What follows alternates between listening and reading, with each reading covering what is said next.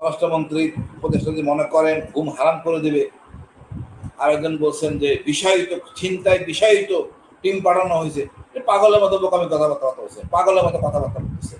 আপনার তথ্য নাই, যুদ্ধ করবেন কি দিয়ে? কোন একটা যুদ্ধের 90% হলো তথ্যের উপরে, ভিত্তির উপরে, তথ্য, গোয়েন্দা তথ্য। তো গোয়েন্দা তথ্য তো নাই। স্বরাষ্ট্র সাহেব রাত ৩টার সময় বক্তৃতা দিলেন, আপনার উনিকে মাথা জ্ঞান একটু নাই?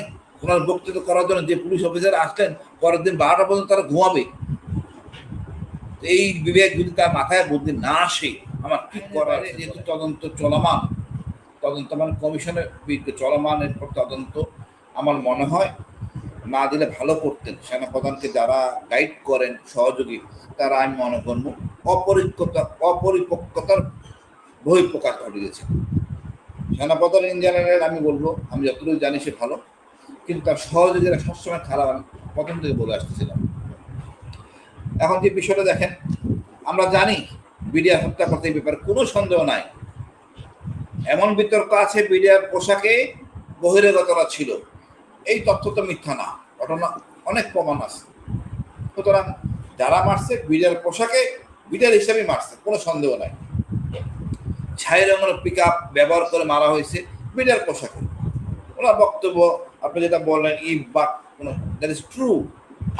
আমরা তো বলতে যাচ্ছি না বিডিআর মারে নাই, অবশ্যই বিডিআর মেরেছে, কিন্তু এই সৈনিক কখনো পরিকল্পনা করতে পারে না। পৃথিবীর ইতিহাসে 57 জন অফিসার মারা গেছে, এই প্রথমবার এই ঘটনা ঘটছে, আগামীতে এরকম ঘটবে বলে আমি আশা করি না। তো সৈনিক এই পরিকল্পনা করে নাই। আমরা জানি রাজনীতিবিদরা বহুবার মিটিং করছেন, বহু আলোচনা করছেন, বহু অর্থের যোগান ছিল, আমরা ওইগুলি বের করে আনতে চাচ্ছি। কেউ কোনো বক্তব্য দেওয়া কমিশনকে বিতর্কে ফেলুক বা কমিশন গাইড করুক, এটা আমরা আসলে আশা করি না। স্বচ্ছতার জন্য আমরা নিজেরা সংযত থাকবো। যার তথ্য জানা আছে কমিশনে যে সেই তথ্য দিবে, বাট কেউ উচিত হবে না। আমি জানি একটা শহীদ দিবস আমাদের পাওনা ছিল, সেটা পেয়েছি, আমরা কৃতজ্ঞ রাষ্ট্রের কাছে। সেই উপলক্ষে সবাই জমায়েত হয়েছিল, ওইখানে সেনাপ্রধান নানা রকম বিতর্কের বিষয় নিয়ে ক্ষিপ্ত হয়ে হয়তো বলেছেন। আমি ব্যক্তিগত মনে করি সম্পূর্ণ বিষয়টা মিনিস্টার অফ হোমসের, তারপরও আমরা কথা কম বলা ভালো।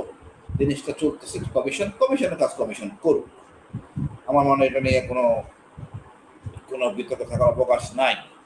সত্য ঘটনা প্রকাশ পাবে, এখন একটা সুযোগ হয়েছে। আপনাকে ভাবতে হবে, ওই সময় যেই অফিসারগুলো মারা গেছে তারা সরকারি লোকজন ছিল, যারা মেরেছে তারাও সরকারি, যারা তদন্ত করছে তারাও সরকারি, যারা মিডিয়া ছিল জয় মামুন, মুন্নি শাহ, তারাও আমাদের সরকারি লোক ছিল। তদন্ত এবং ইভেন আপনার যারা বিচারক, তারাও সরকার আদিষ্টপুত্র ছিল। এখন আমরা নতুন স্বাধীনতা পেয়েছি, সব সরকারি হইতে পারে না, সুবিধাবাদী কেউ আছে। তাই আমরা সেটা বের করে আনতে যাচ্ছি, আসলে কারা এর পিছনে ছিল, ভারত কতটুকু দায়ী। আমরা জানি ভারত এটা করছে, কাগজ কলমে সেটা নিয়ে আসবো ইনশাল্লাহ, বা কমিশন সেই যোগ্যতা রাখে। বাট এই বিষয়টা আমার মনে হয় আমরা কম কথা বলি, কিন্তু কমিশন কাজ করতেছে। আমার সেনা সদরও আমার মনে হয় না এইগুলো নিয়ে আলোচনা করা উচিত না। যার কাছে তথ্য আছে কমিশন তো দিবে। আমার বক্তব্য এই জায়গায় আমি শেষ করতে চাই। আমি কি ছিনতাই নিয়ে কিছু বলবো ভাই? জি জি, চিন্তার বিষয়টা বলুন। আচ্ছা দেখেন, এখন বাজার প্রতিটা মহল্লায়, প্রতিটা এলাকায়, ঢাকা শহরের কথাই বলি, কোনো কমিশনার নাই। আছে পুলিশ, সে পুলিশটা কোন পুলিশ? ওই স্বৈরাচারী পুলিশ কিন্তু না। স্বৈরাচারী পুলিশকে পাঠাতে দেওয়া হয়েছে হয়তো গোপালগঞ্জ বা দিনাজপুর। কোথায় দিনাজপুরের পুলিশ যদি ঢাকা আমার এলাকায় আসে, পল্লবী থানায়, কিন্তু কিছুই জানে না, নতুন, একদম নতুন, সে কি জানবে? তার কে তথ্য দিবে? কোথায় সে তথ্য পাবে? তা আমাদের উচিত ছিল ধীরে পরিকল্পনা ধীরে ধীরে যাওয়া। অথবা আমি প্রথম থেকে বলতেছিলাম, প্রতিটা থানা এলাকায় আপনারা 100 জন করে লোক নেন, স্থানীয় লোক, যে ছেলেটা ওই এলাকায় স্কুলের থেকে পাস করছে। আমরা 100 জন না পারেন ভাই, 20 জন নেন প্রতি থানা থেকে, সত্যি করে জেনে ওখানকার স্কুল থেকে পাস করছে, তাকে নিতে হবে ঘুষ মুক্ত। ঘুষ ছাড়া সে ছেলেটা ঢুকবে, প্রথম 6 মাসে কাজ করবে, তথ্য আদান প্রদান করবে, এবং ফৌজদারি কার্যবিধি বা পিআরবি, পুলিশ রেগুলেশন বুঝছে, অফিসে পড়াশোনা করবে, থানা করবে। তাহলে আজকে ঘটনা ঘটতো না। আর পুলিশ তো অন্ধকারে আছে, কেউ তার তথ্য দেয় না, পুলিশ কি করবে? এখন স্বরাষ্ট্রমন্ত্রী উপদেষ্টা যদি মনে করেন ঘুম হারাম করে দেবে, আরেকজন বলছেন যে বিষায়িত ছিনতাই বিষায়িত টিম পাঠানো হয়েছে, পাগলের মতো বোকামি কথাবার্তা বলছে, পাগলের মতো কথাবার্তা বলতেছে। আপনার তথ্য নাই, যুদ্ধ করবেন কি দিয়ে? কোন একটা যুদ্ধের 90% হলো তথ্যের উপরে, ভিত্তির উপরে, তথ্য, গোয়েন্দা তথ্য। তো গোয়েন্দা তথ্য তো নাই, কোথাতে কোন বাড়ি কোথায় আপনি জিজ্ঞেস করতে হবে। এখন এইগুলি আসলে আমার মনে হয় এটা এত দ্রুত সমস্যার সমাধান হবে না। জরুরি ভিত্তিতে এলাকার ছেলেরা নেন, রিক্রুট করেন, আস্তে আস্তে না জনগণের সাথে সম্পৃক্ত না হলে কোনো তথ্য দিকে কোনো সাহায্য করবে না। আমি স্বরাষ্ট্র মন্ত্রণালয় মন্ত্রী বলবো, ওনাদের সহযোগীরা আছেন, ওরা যথার্থ সাহায্য করতেছেন না। ওনার উচিত ওনার আইজিপির সাথে কথা না বলে থানার ওসির সাথে কথা বলা, থানার সাব ইন্সপেক্টরের সাথে কথা বলা। সাব ইন্সপেক্টর কি সমস্যায় পড়তেছে ওই সাব ইন্সপেক্টর জানে, ওই ওসি জানে। উনি কথা বলতেছেন আইজিপির সাথে, খোদা বক্সের সাথে, খোদা বক্সের কথা বলে লাভ হবে না। কথা বলতে তৃণমূলে যে সমস্যা আছে সেই ওসির সাথে কথা বলেন, সেই সাব ইন্সপেক্টরদের সাথে কথা বলেন, তারা এলাকার জন্য কি করণীয়, এলাকার মসজিদের ইমামদের সাথে কথা বলেন, মন্দিরের পুরোহিতদের সাথে কথা বলেন। আপনি আকাশে বাতাসে কথা বলে তো কোনো লাভ নাই, এই সমস্যার সমাধান হবে না। উনি কিছুই করতে পারবেন না, ক্ষমতা আরো বেগতিক চালাবেন। আমরা রোজার মাস, আমি চাই না এই মাসটা আমরা শান্তিতে থাকতে চাই, আমাদের ইবাদত পালন করবো। ওনার জন্য বুদ্ধি দেন মহান আল্লাহ তাআলা, আর না হলে উনি যেন পদত্যাগ করে অন্য কাউকে, বিশেষায়িত ব্যক্তির বলে কিছু নাই। আপনি জনগণের সাথে না থাকলে কোথাও সফলতা অর্জন হবে না, কোনো সফলতায় আসবে না কারো। সকল ক্ষেত্রে জনগণের সাথে থাকতে হবে, আর জনগণের সাথে না থাকলে আপনি সাফল্য আসবে না। পুলিশ বসে থাকলেও লাঠি নিয়ে তরবারি নিয়ে গেল, এবারে সেনাবাহিনীতে সর্বাধিক ক্ষমতা দেওয়া হয়েছে, কি করতে পারতেছে? কিছুই পারবে না। আপনি তথ্য নিয়ে যদি না পান আপনি কেমন কাজ করবেন? আপনার সাথে কেউ কোঅপারেট করবে না। সুতরাং আপনাকে উচিত এলাকার লোকদেরকে সম্পৃক্ত করা, স্বেচ্ছাসেবক হিসেবে আসুক, আমার মনে হয় পুলিশ হিসেবে নিয়োগ দেন এলাকার লোক, ঘুষ মুক্ত, দেখবেন সমস্যার সমাধান খুব দ্রুত নিষ্পত্তি হবে। ধন্যবাদ ভাই।